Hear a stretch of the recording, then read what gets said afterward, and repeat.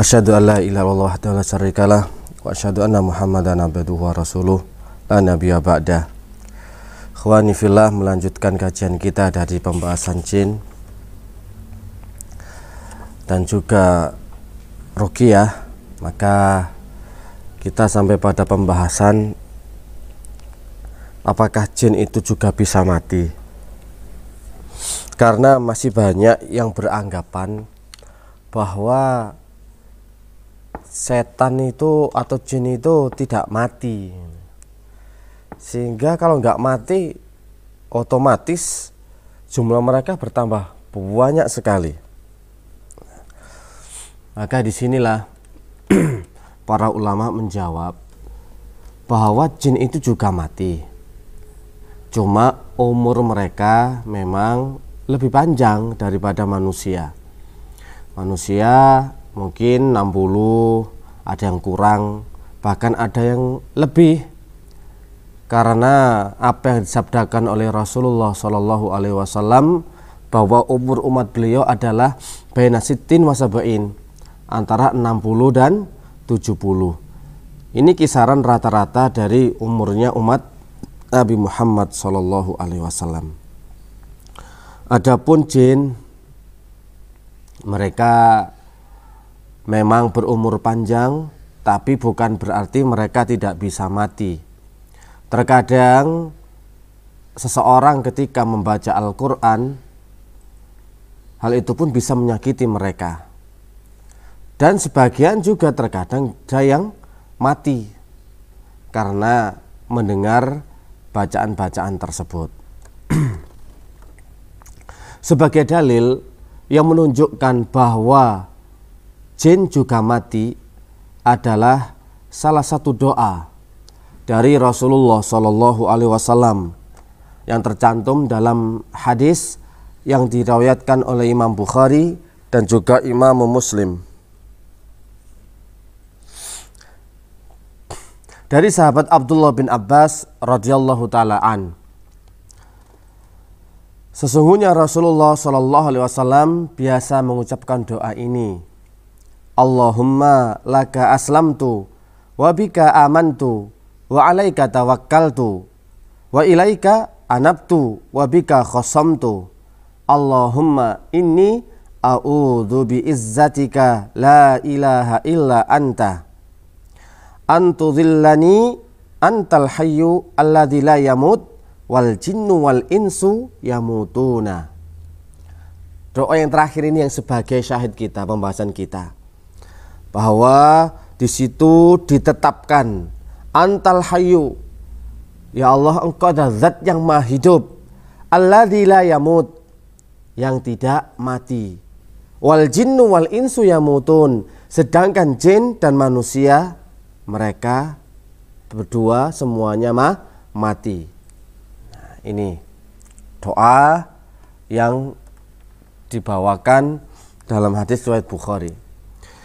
Yang makna doa ini adalah Allahumma laka aslamtu, ya Allah, kepadamu aku berserah diri, wa bika amantu, dan kepadamu kami beriman, wa alaihi tawakkaltu, atasmu aku bertawakal, wa ilaika anabtu, dan kepada engkau aku kembali, wa bika khosamtu, dan hanya karenamu aku memusuhi. Allahumma ya Allah, inni a'udzu bi izzatika, sesungguhnya aku berlindung dengan kemuliaanmu. La ilaha illa anta, tidak ada ilah yang patut disembah kecuali engkau. Antudhillani, janganlah engkau menyesatkan aku. Antal hayyu, engkaulah zat yang maha hidup, la yamut, dan tidak mati. Wal jinnu wal insu yamutun, sedangkan jin dan manusia semuanya akan mati. Doa ini menyatakan dengan jelas bahwa setiap jiwa pasti mati. Kullu nafsin dha'iqatul maut, dan hanya Allah saja yang tidak mati. Semuanya mati. Kullu syai'in halikun, semuanya akan hancur binasa kecuali hanya Allah Subhanahu wa ta'ala. Jadi ini yang membantah sebagian orang yang memiliki pemahaman bahwa jin ataupun setan tidak bisa mati. Makanya ketika mereka telah berbuat zalim, misalkan mengganggu manusia, misalkan dia mengaku ketika kesurupan mengaku dikirim oleh kompetitornya, oleh pesaingnya, dia dikirim dari dukun yang hebat sakti. Misalkan dia mengaku seperti itu, biarpun dia dari Gunung Lawu, Gunung Gangsir atau gunung-gunung yang lainnya, kesaktian yang mereka miliki tidak bisa membatasi mereka dari kematian. Sehebat dan sesakti apapun jin yang dikirim oleh tukang sihir, oleh dukun, tetap seandainya orang yang dimasuki, orang yang diserang dengan tulus dan ikhlas, mengharap pahala di sisi Allah, mengharap pertolongan Allah, tawakal kepada Allah, meminta pertolongan, insya Allah akan ditolong. Bahkan bisa jadi jin yang ada di dalam tubuh, ketika seseorang ini melaksanakan ketaatan kepada Allah, bisa membunuh dari salah satu jin yang ada dalam tubuhnya. Ya. Meskipun itu setan, meskipun itu ifrit atau ngaku siapa orangnya, siapa jinnya, mereka pasti akan mendapati yang namanya mati. Kecuali iblis. Kalau iblis kan memang langsung minta masa tenggang tangguh kepada Allah Subhanahu wa taala. Kemudian Allah pun memberikan masa tangguh tersebut, bahwa iblis dia itu meninggalnya, matinya diberikan masa tangguh sampai pada hari kiamat.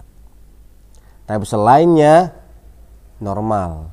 Cuma normalnya mereka kita nggak tahu sampai berapa tahun, mungkin ada yang 1000 tahun, ada yang 100 tahun, 500 tahun, 2000 tahun. Allahu ta'ala alam bisawab. Tapi yang jelas hadis ini menunjukkan bahwa semuanya itu mati kecuali Allah Subhanahu wa taala.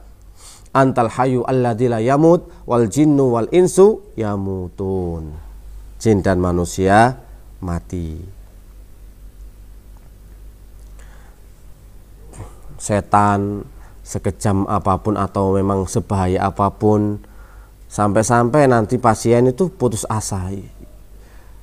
Banyak ketika jin itu merasuki tubuh pasien, pengakuannya itu menggertak bagi peruqyah, menggertak bagi orang yang hadir di situ. Supaya apa? Menunjukkan powernya, menunjukkan kekuatannya. Dan kalau orang sudah menganggap dia kuat, secara otomatis mindset psikisnya akan melemah, turun, dan akhirnya tidak bisa pede, tidak bisa kuat untuk menghadapi setan. Itu tujuannya. Maka jangan heran dan jangan takut ketika muncul suatu pengakuan dari tubuh pasien bahwa aku ini adalah keturunan iblis yang ke-10, keturunan iblis yang ke-13 yang mengganggu anak ini.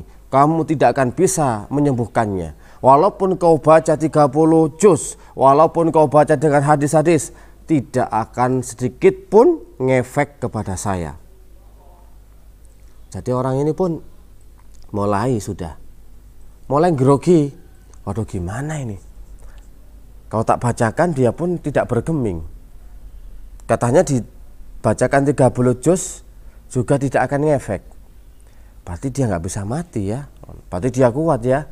Itu hanya sekedar pengakuan. Jika seorang peruqyah bekerja sama dengan baik dengan pasiennya, yakin kepada pertolongan Allah Subhanahu wa taala, yakin kalau Allah hanya Allah yang zat yang maha kuat, maka hal itu pun menjadi kecil dan mudah. Jangan terperdaya dengan segala pengakuan-pengakuan yang dilakukan oleh bangsa jin. Gimana ini Ustadz? Ini sudah lama sakitnya, berpuluh-puluh tahun. Kayaknya jinnya bandel memang dan gak bisa mati katanya. Terbakar aja tidak. Sudah, itu dibohongi kita. Kalau pemikiran kita, pemahaman kita benar, maka jin itu akan melemah secara otomatis. Kalau kita salah dalam memahami dunia mereka, kinerja mereka, ya kita akan dibodohin terus. Maka butuhnya kita pelajari dulu hal-hal yang semacam ini, yakni seluk-beluk tentang dunia bangsa jin. Tujuannya apa sih? Tujuannya untuk memudahkan proses ruqyah kita. Karena dalam proses ruqyah nanti tidak semua jin itu mudah disuruh pergi dari tubuh pasien. Tidak semuanya. Ada yang tipenya tanpa kesurupan langsung keluar. Ada yang tipenya jinnya ini benar-benar pengen merasuki, mengganggu tubuh pasien, sehingga dia pun muncul berbicara, ngoceh kesana kemari, dan ini sebagai bantahan untuk apa? Untuk menjawab syubhat-syubhat mereka yang katanya aku masuk ke dalam tubuh ini karena saya kasihan. Bantah kalau kita tahu bahwasannya jin juga butuh untuk ibadah, menyembah kepada Allah, karena kita tahu dalilnya wa ma khalaqatul jinna wal insa illa liya'budun. Tidaklah Allah menciptakan jin dan manusia melainkan hanya untuk beribadah kepada Allah. Jadi kita langsung bisa bantah. Kamu ngapain di sini? Kamu punya tugas juga, kewajiban pula. Apa itu? Beribadah. Kamu butuh sholat, kamu butuh majelis taklim dihadiri, kamu butuh baca Al-Quran, butuh puasa, butuh sedekah, dan banyak-banyak lagi yang lainnya. Itu kalau kita faham dengan dunia jin. Dan mereka juga mati kok, tersakiti. Ada yang terbakar, ada yang sakit parah, ada yang memang langsung mati. Wah, ada yang ngaku, kamu ini kesurupan itu ngaku. Gara-gara kamu sholat malam, gara-gara kamu mendengarkan majelis ilmu, mendengarkan kajian, gara-gara kamu sholat malam, membaca Al-Quran, puasa, banyak teman-temanku di sini yang mati. Itu ada yang mengaku seperti itu ketika kesurupan. Loh, kok bisa mati? Ya karena kesakitan. Nah, nggak tahu mereka berdusta berbohong, tapi yang jelas memang dengan dalil ini menunjukkan bukti bahwa mereka juga bisa mati. Kita harus mengetahui dulu, tidak semuanya apa yang diomongkan oleh orang kesurupan itu salah total, dan tidak semuanya pula apa yang diomongkan itu juga benar total sehingga kita terima 100%. Kita di tengah-tengah dalam menerima khobar, perkataan, ucapan dari orang yang kesurupan atau dari jin yang merasuki tubuh itu. Jangan ditolak mentah-mentah 100% dan jangan pula diterima 100%. Tapi compare itu lihat, bandingkan dengan dalil yang ada. Kalau memang hal itu senada dengan apa yang dibawakan di dalam Al-Quran ataupun yang dijelaskan oleh Rasulullah SAW di dalam hadis, maka bisa jadi apa yang dia katakan itu betul. Misalkan contoh, aku masuk ke dalam tubuh orang ini karena dia itu suka berlaku maksiat. Nah, kita juga akhirnya kita compare. Oh iya ya, maksiat itu mendatangkan gangguan setan, membuka peluang bagi jin untuk masuk ke dalam tubuh. Maka benar kalau memang gara-gara maksiat orang ini jika diganggu oleh bangsa jin. Nah, sering kita sampaikan mungkin di kajian-kajian sebelumnya. Jadi pembahasan kita selanjutnya adalah pintu masuknya setan. Pintu masuknya setan. Lewat mana sih setan itu kok bisa masuk ke dalam tubuh manusia? Bahkan tidak sedikit pula orang yang nggak sadar, nggak paham kalau di dalam tubuhnya sudah ada jin. Karena dia nggak merasa, nggak pernah check up, nggak pernah tahu tanda-tandanya, nggak tahu sebab-sebabnya. Karena kejahilan inilah yang menyebabkan setan itu kerasan bertengger masuk di dalam tubuh manusia. Itu sudah jelas musuh yang nyata, berkali-kali disebutkan di dalam Al-Quran oleh Allah Subhanahu wa ta'ala. Inna syaitana kana lakum aduwwum mubin. Sesungguhnya syaitan itu adalah musuh yang nyata bagi kalian. Dan kita sudah lewati bahwa setan itu memang berupaya semaksimal mungkin untuk bisa masuk ke dalam tubuh manusia lewat depan, belakang, samping kanan, samping kiri, dan dari segala penjuru. Itu juga sudah kita jelaskan. Dan sekarang kita akan berikan beberapa kaidah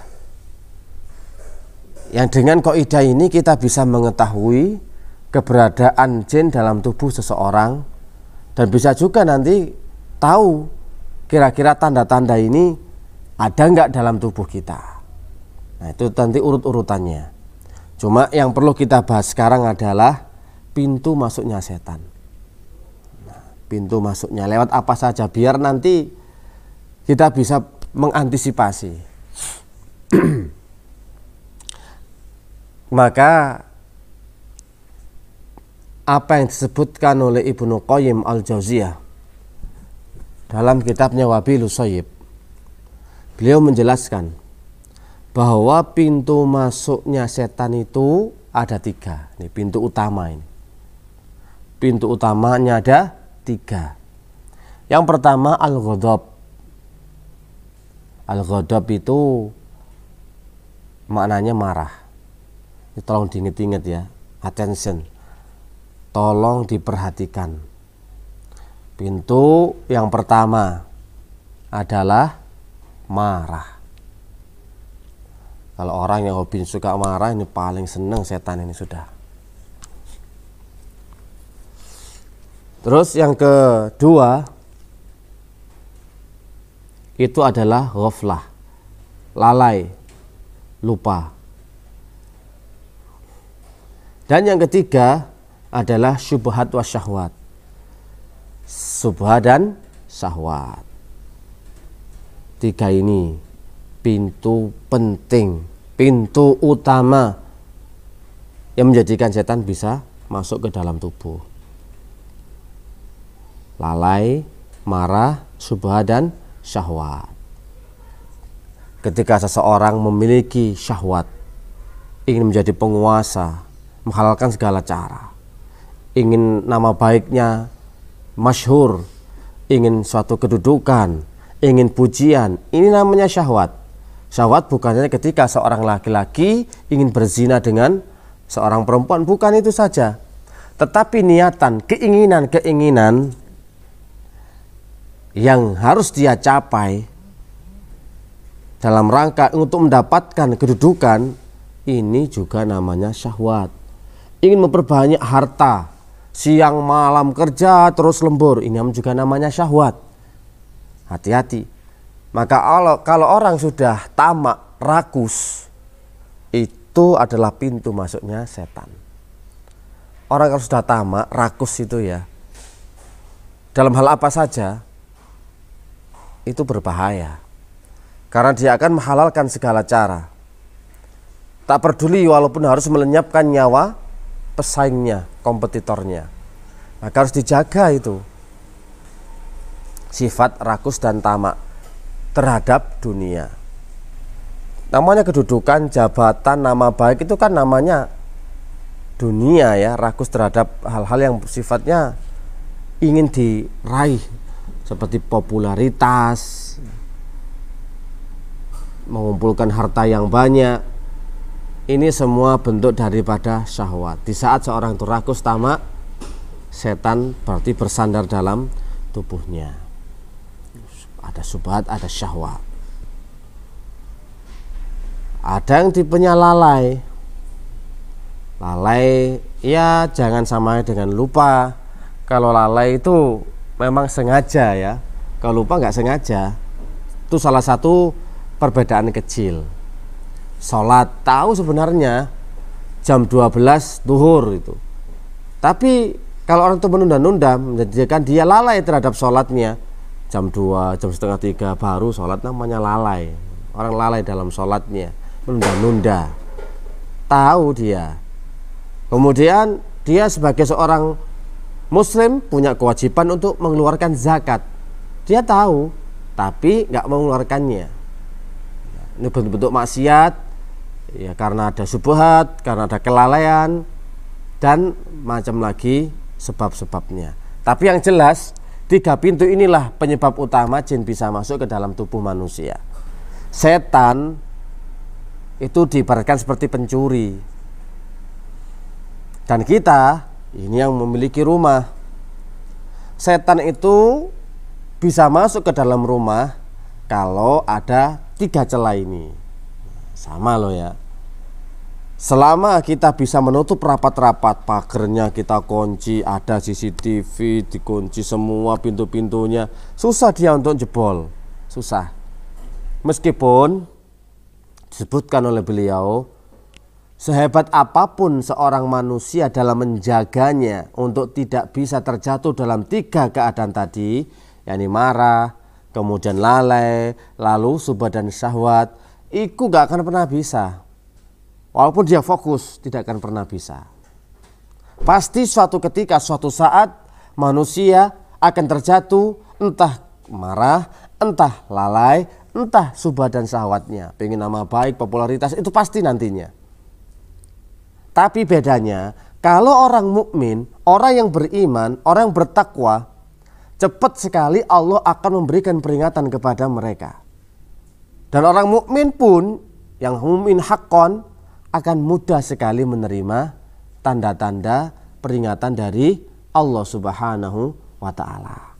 Maka mereka ketika melakukan dosa langsung cepat kembali. Itu orang bertakwa. Walladzina idza fa'alu fahishatan aw dzalamu anfusahum dzakarullaha fastaghfaru lidzunubihim.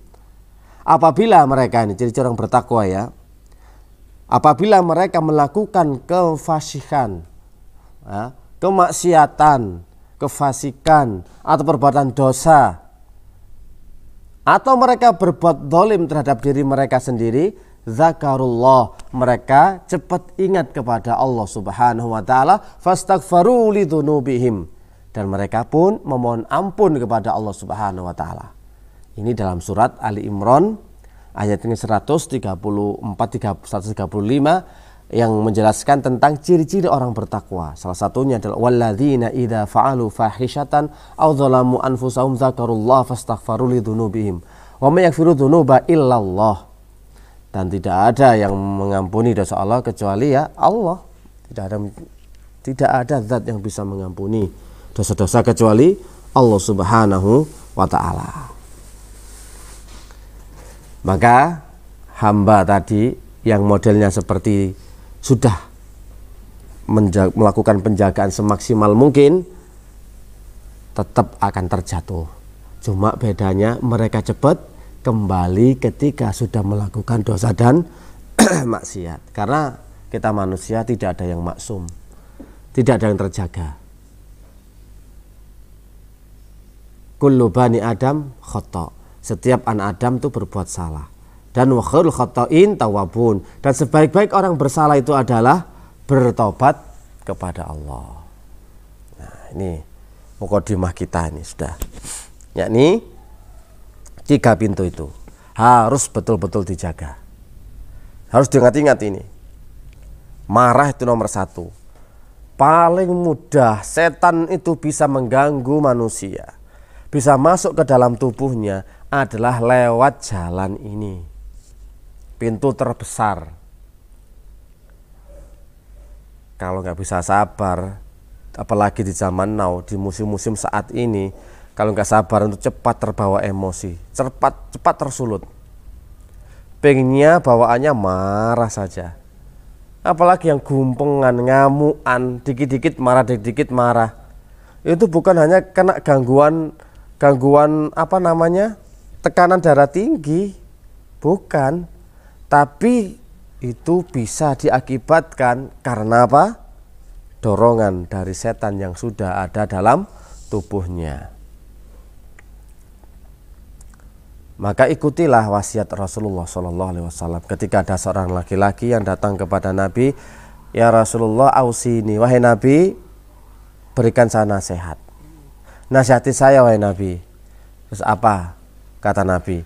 La takzob walakal jannah. Jangan kamu itu suka marah, jangan marah, maka bagimu surga. Gitu loh ya. Jadi marah ini emosian tingkat tinggi. Bedakan kalau hanya sekali waktu marah dengan memiliki sifat menyandang pemarah. Kalau orang itu pemarah, itu menunjukkan arti bahwa dia ini sering marah dan hobinya marah. Maka disebut sebagai seorang pemarah. Maka tipe yang seperti ini dikhawatirkan. Betul-betul dikhawatirkan. Kalau memang jin sudah ada dalam tubuhnya. Sehingga dia cuma sekedar pingin on off saja. Ada masalah sedikit langsung nguntap. Masalah sedikit langsung terbakar. Orang bilang namanya sumbu pendek. Sumbunya nggak bisa panjang. Tidak ada jalan dan tidak ada cara untuk menghadapi masalah kecuali dia itu marah dan emosi. Ada tipikal seperti itu. Ada masalah sedikit langsung marah. Ada masalah sedikit langsung emosi. Kalau sudah menjadi watak pribadi dan ciri khas dia, maka itu hati-hati, butuh diterapi. Bagi orang pemarah butuh diterapi. Apalagi antara sifat karakternya dengan jin sudah menyatu, gak kena, gak bisa dipisahkan. Maksudnya sifat karakternya gak bisa dipisahkan. Ya gak bisa hanya mengandalkan ruqyah tok. Orangnya harus dinasehati, diberikan pemahaman supaya melihat bagaimanakah pahala-pahala dan keutamaan yang diberikan Allah kepada seseorang jika bisa menahan amarahnya. Man kadzamal ghaidha fahuwa yanfidu ala wa huwa qadirun ala yunaffidahu. Barang siapa yang bisa menahan amarahnya padahal dia mampu untuk melampiaskannya, maka Allah akan memilihkan bidadari mana saja yang dia sukai. Itu salah satu keutamaan dan masih banyak lagi keutamaan orang yang bisa menahan amarah. Maka itu harus diperhatikan, karena salah satu mengobati amarah adalah melihat keutamaan jika seseorang bisa menahan amarah. Sama saja orang itu bisa sabar ketika ditimpa musibah, ketika ada bencana, di saat dia melihat bagaimanakah besarnya balasan yang sudah disediakan oleh Allah Subhanahu wa taala bagi orang-orang bersabar. Derajat yang tinggi, surganya tinggi, dihapus dosanya, dicintai, dan banyak lagi yang lainnya. Seperti halnya juga ketika orang berusaha untuk meninggalkan marah, lihat dulu keutamaannya sebagai motivasi kita supaya bisa untuk melaksanakan dari perintah Allah dan Rasulnya. Suruh menahan amarah, tahan amarahnya.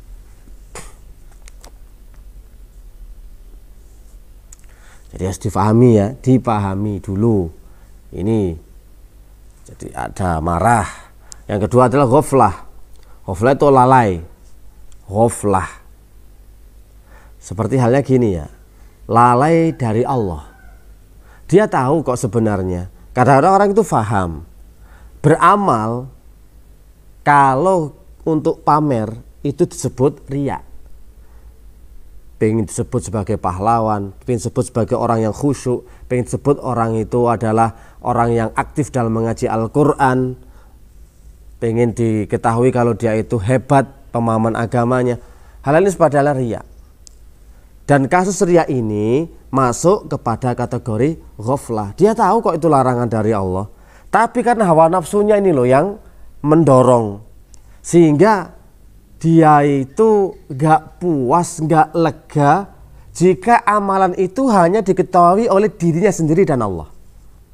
Maka dia berusaha, berupaya supaya teman-temannya, kawan-kawannya, sahabatnya, tetangganya, teman satu grupnya ini bisa mengetahui kalau dia adalah ahlu qiyamil lail, orang yang memang ahlinya sholat malam, orang yang memang pintar cerdas dalam pemahaman, orang yang selalu konsisten dalam berakidah dan beragama. Ini yang bikin penyakit itu. Lalai itu salah satu bentuk kelalaian. Ini riya salah satu bentuk kelalaian kepada Allah Subhanahu wa taala. Sombong, congkak sama. Merendahkan manusia, meremehkan manusia, tidak memiliki sifat tawadhu, itu juga bentuk dari lalai. Bahwa apa yang sudah diberikan Allah kepada dirinya itu murni karena kebaikan Allah. Itu anugerah, itu karunia, itu nikmat yang cuma-cuma diberikan Allah kepada kita. Harusnya kita mensyukuri, harusnya kita semakin taat, harusnya kita semakin giat beribadah, bukan malah sombong, bukan malah kita merendahkan orang lain. Itu namanya lalai. Hanya sifat seperti riya, ujub, takabur, sombong, ini bagian dari lalai. Lalai dari sang pencipta. Obatnya ya harus sesuai dengan apa yang dia lakukan dosanya. Kalau dia menjadi orang yang sombong, sering lupa diri, kalau ternyata semua yang dia miliki adalah titipan, semua yang dia miliki adalah pemberian dari Allah. Kecerdasan misalkan, oh iya ya, saya cerdas ini karena diberikan oleh Allah dari lahir. Nggak layak, nggak patut saya untuk menghina orang yang bodoh-bodoh atau membodohkan orang-orang. Karena ini murni nikmat dari Allah Subhanahu wa ta'ala. Jadi ingat, dengan cara apa? Tawadhu. Lalainya sombong, lawannya adalah tawadhu. Jadi orang harus tawadhu. Supaya apa? Supaya kita nggak gampang lupa diri. Orang ujub, suka bangga terhadap dirinya sendiri, sama, harus mengakui nikmat-nikmat dari Allah Subhanahu wa ta'ala. Riya, pamer, harus dipahami juga. Ngapain saya harus pamer kepada orang? Nanti gimana di hadapan Allah Subhanahu wa ta'ala ketika diseru, kamu dulu sholat karena ada si fulan, agar kalian disebut sebagai fulan yang soleh, yang khusyuk. Sekarang mintalah pahala kepada mereka, pergilah ke sana. Lalu apa yang bisa kita perbuat? Gak bisa ngapa-ngapain toh. Nah, itu namanya bentuk kelalaian. Harus sering-sering introspeksi diri supaya nggak lalai. Karena pintu lalai ini gampang sekali dimanfaatkan oleh setan. Lalu pintu yang ketiga, syubhat dan syahwat. Syubhat itu melihat sesuatu berbalik arah. Yang hak kelihatan batil, yang batil jadi hak. Itu namanya syubhat. Jadi berbeda dengan hakikatnya, penilaiannya itu. Itu hati-hati.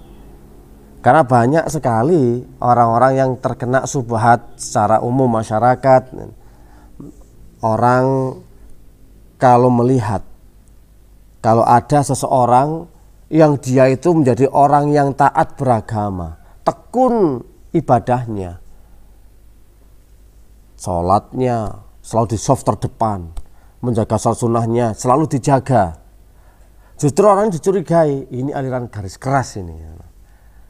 Dicurigai nanti hanya sekedar apa itu, sergap, giat ke masjid, kemudian mungkin memiliki jenggot gitu aja ya. Orang itu sudah beda pemikirannya. Jangan-jangan loh ya. Karena apa? Tersusupi syubhat bahwa orang yang giat beribadah, giat ke masjid, itu adalah nanti yang ngebom-ngebom. Sudah mulai kelihatan salah. Jadi menurut pandangan mereka, orang yang taat, giat beribadah, dan kemudian melakukan sunnah, orang ini berbahaya. Justru yang radikal, justru yang ekstrim.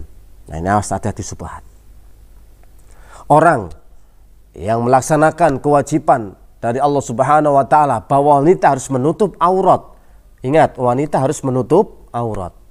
Itu saja juga menjadi bahan pergunjingan. Wah, ini kok jadi orang berukutan alias tertutup, ini gimana nih kalau dia pakai gitu? Harusnya kan nasional saja.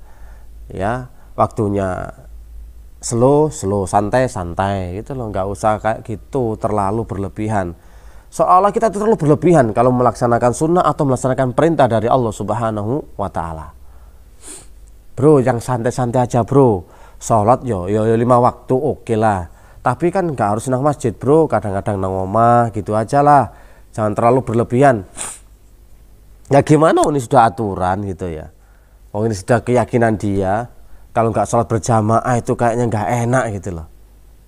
Dan ini namanya syubhat, melihat sesuatu bukan pada hakikatnya. dibias. Jadi orang itu bingung, nggak tahu mana yang benar. Ini syubhat. Syahwat yang barusan kita terangkan tadi. Jadi ini 3 pintu besar ini harus benar-benar dijaga. Walaupun ada anak, ada suami pengen marah, ingat, ya Allah, astagfirullah, ini adalah pintunya setan. Banyak orang kesetanan tapi nggak kerasa. Orang sukanya marah-marah, memang nggak kesurupan, tapi orang yang seperti itu sudah namanya terindikasi kena gangguan. Sudah indikasi itu, tanda-tanda orang kena gangguan tuh kayak gitu. Apa itu? Susah untuk mengontrol emosi. Susah mengontrol emosi. Bawaannya pengen marah. Semua seolah-olah masalah itu solusinya adalah dengan ngamuk-ngamuk dan marah-marah. Itu akan terlihat kok. Akan terlihat bagi seseorang. Makanya salah satunya ketika safar kelihatan nanti karakter aslinya kayak apa. Gitu loh. Misalkan macet atau misalkan cuma diklakson orang lain, wes marah-marah nggak sabar. Sudah tak pukulnya orangnya tuh nggak sopan, belnya tuh keras sekali atau apa. Kan kelihatan sudah kalau ini nggak sabar. Menunjukkan bahwa dirinya itu kalau menghadapi situasi dan kondisi, menghadapi masalah cenderung lebih mendahulukan dan lebih mengutamakan emosi dan marahnya. Harusnya kan dengan kepala dingin, dengan santun, sejuk, damai, senanglah orang itu kalau dikasih sikap seperti itu. Banyak loh ya, syubhat, syahwat. Namanya syahwat, kepingin hal-hal yang dia inginkan. Seperti apa? Mungkin dia kelihatan lebih baik daripada yang lainnya. Maka dia pun menggibahi orang lain. Dia anggap, oh itu biasa, tidak ada masalah. Dia pun menghibah. Nah ini yang akhirnya syubhat-syubhat itu muncul. Jadi memang bergandengan antara syubhat dan syahwat ini muncul bergandengan. Karena apa? Salah selalu dia dulu.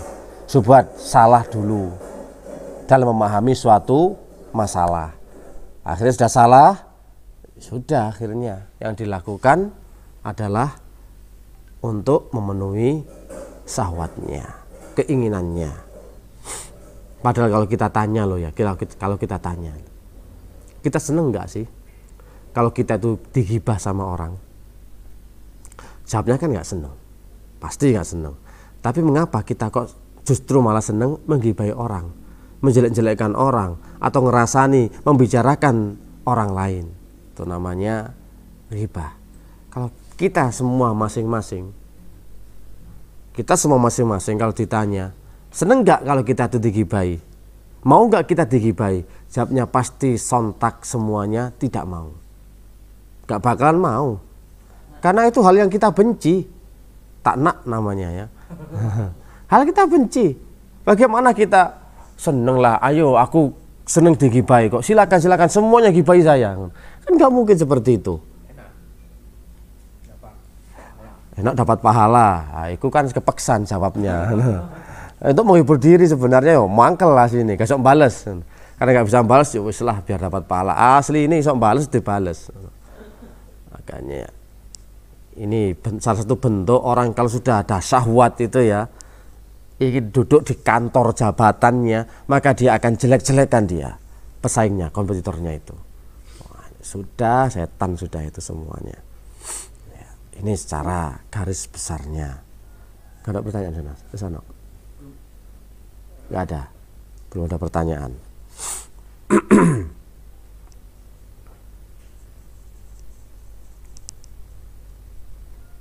Nah, ditambahi lagi dari 3 pintu besar itu, nanti akan terlihat hal-hal yang bisa setan masuk itu. Ya, ini kan pintu besar ini, pintu utama, pokoknya ini pintu utama. Nah, pintu utama nanti ada cabang-cabangnya. Nah, cabang salah satunya adalah ini loh Pak, marah yang berlebihan, sedih yang berlebihan, takut yang berlebihan, seneng yang berlebihan. segala sesuatu yang berlebihan itu menjadikan setan masuk. Orang yang punya rasa cemas yang tinggi, itu nanti akan bisa dijadikan pintu masuk setan. Orang itu memiliki, makanya banyak kasus orang nggak bisa tidur, perasaannya dikejar-kejar orang, atau ada polisi, atau apa, karena apa? Sifat cemasnya yang terlalu tinggi, ada bisikan-bisikan, dan itu dituruti, maka nggak bisa tidur, jadi kurus gitu. Dia nggak bisa tidur kalau nggak minum obat tidur. Yang cemas berlebihan, takut berlebihan juga sama, sedih berlebihan, kena masalah, akhirnya apa, ngelamun sendiri, berada di sawah atau tempat yang sunyi, dia pun sambil nangis saking sedihnya. Di situ rata-rata jin bisa masuk. Di saat orang lagi sedih, baper, lost control, maka disitulah dimanfaatkan sama setan, kerasukan orang itu. Nah, takut berlebihan, sedih berlebihan, senang berlebihan, dan juga sedih yang sangat berlebihan, ini nanti pemicu setan bisa masuk ke dalam tubuh kita. Itu yang harus diperhatikan, ya. Pintu-pintu setan itu makanya menunjukkan kurang tawakalnya kepada Allah. Urusan yang dia miliki atau masalah yang sedang diuji oleh Allah, dia berusaha untuk bisa mencari solusi dari akalnya sendiri. Dia udah bagaimana untuk bisa keluar dari masalah, itu nggak akan bisa. Solusinya apa? Suruh tawakal kepada Allah. Coba kalau bertawakal kepada Allah, pasrah, Allah akan membimbing kita. Nggak tahu bimbingannya nanti apa, kita dipertemukan dengan orang yang memang tepat dengan kita, atau memang tiba-tiba perkara itu dimudahkan oleh Allah Subhanahu wa Ta'ala. Intinya bina dulu hubungan kita dengan Allahu Azza wa Jalla. Jangan malah kita memforsir akal kita, malah ke dukun atau kemana-mana. Karena apa? Tadi itu terlalu berlebihan tingkat cemas dan kekhawatirannya. Itu bisa, bahkan itu ya memang sebab-sebab yang menjadikan setan itu betah masuk ke dalam tubuh manusia. Ya, takut berlebihan, senang berlebihan. Apalagi nih perempuan tuh kalau senang tuh sampai nangis, saking senengnya, histeris itu ya. Wah, memang gitulah memang perempuan. Sedih ya nangis, gembira juga nangis. Saking gembira ya nangis. Misalkan anaknya lulus dengan predikat memuaskan, sangat puas sekali, ya nangis. Gembira apapun nangis, sesedih apapun nangis. Kurang bisa mengontrol emosi. Makanya paling banyak nanti dijelaskan oleh Muhammad Abdullah Al-Imam. Beliau memiliki kitab namanya Ahkamu Ta'amul Ma'al Jin wa Adabu Ruqyah Syariah. Jadi kenapa perempuan itu lebih banyak terkena gangguan jin, terkena sihir, ada penyakit ain, ataukah ya memang sering diganggu oleh bangsa jin.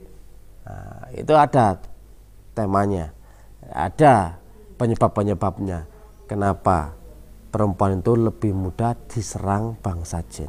Salah satunya ini kurang bisa membawa emosi, otomatis kurang sabar, kurang sabar. Ya memang saknoan, tapi dengan saknoan apa? Mudah iba, dan mudah itu nggak bisa mengontrol, akhirnya nangis gitu loh ya. Senang juga sama, lihat bagaimana ketika ada artis yang dia senengi, ngefans gitu, langsung ketika datang lewat aja, wah teriak-teriak nangis, bahkan ada yang pingsan gitu. Nah, ini terlalu berlebihan. Kalau ada orang atau perempuan atau siapapun itu saking gandrungnya, ngefansnya sama orang, semafut alias pingsan, itu butuh di check up itu. Karena apa? Sesuatu yang berlebihan. Ingat, sesuatu yang berlebihan itu muaranya adalah karena gangguan setan. Ada yang takut berlebihan, akhirnya menimbulkan rasa apa? Fobi. Ada cicak, wah, ada fobi, sangat fobi sekali. Karet aja nggak berani. Nah, itu fobi. Ada yang suka berlebihan sampai dikatakan mania. Sukanya berlebihan, bencinya berlebihan. Ini juga akan mengundang setan. Sudah? Nggak ada mana Mas?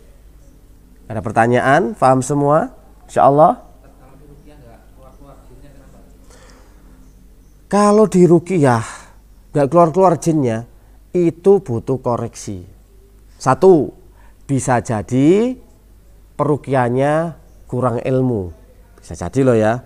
Yang kedua, bisa jadi pasien ini belum layak untuk mendapatkan kesembuhan dari Allah.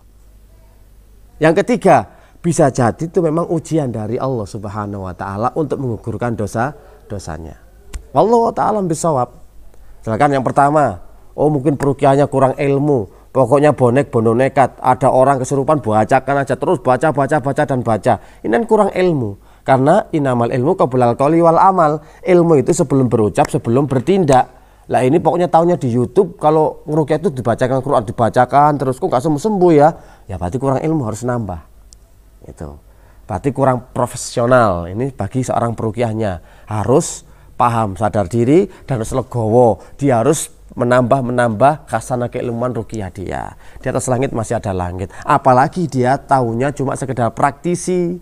Praktek tok, nggak bisa baca kitabnya, nggak tahu kitab ulama itu banyak yang membahas tentang masalah ruqyah. Itu pasti antara satu kitab dengan kitab yang lainnya memiliki plus minus atau memiliki kelebihan masing-masing dan keunggulan masing-masing. Itu kalau nggak dibaca nggak akan tahu untuk ruqyah. Apalagi cuma apa menjadi keseharian dia, monoton akhirnya. Makanya nggak lulus atau nggak keluar jinnya. Ini sebab yang pertama. Sebab yang kedua, bisa jadi nih belum terpenuhi syaratnya jadi pasien. Maksudnya tidak mengindahkan, tidak memperhatikan apa yang sudah diberikan treatment terapi dari seorang peruqyah. Ngeyel, bandel. Misalkan dia itu punya masalah, misalkan dengan temannya, disuruh ikhlaskan, maafkan temannya. Oh nggak iso, nggak mau saya. Kemudian di ruqyah nggak keluar jinnya, memang dari dirinya penyebabnya. Nggak bisa memaafkan kesalahan orang lain dan tetap marah kekeh, ya nggak bisa. Jadi ada faktor penghalangnya. Karena dia masih melakukan maksiat, gitu ya. Dia masih dalam ranah nggak mau bertobat, ya tentu di ruqyah bagaimanapun kalau dia sendiri masih ngeyel kekeh, nggak mau kembali kepada Allah, ya susah untuk sembuh. Dan yang ketiga, peruqyahnya sudah oke. Dan dia sudah kembali kepada Allah dengan bertobat. Dia berusaha menjaga dirinya untuk tidak terpapar dengan yang namanya setan dan jin. Dzikir pagi petang dilaksanakan, baca Quran dilaksanakan, majelis ilmu dilakukan, semua dilakukan. Tapi kok jinnya belum keluar-keluar juga, ini tandanya memang Allah berkehendak lain. Allah ingin meninggikan derajat kita, mungkin Allah mencintai kita, mungkin Allah ingin menghapuskan dosa-dosa kita lewat diganggu bangsa jin. Ya semoga bisa bermanfaat. Subhanakallahumma wa bihamdika asyhadu an la ilaha illa anta astaghfiruka wa atubu ilaik. Wassalamualaikum warahmatullahi wabarakatuh.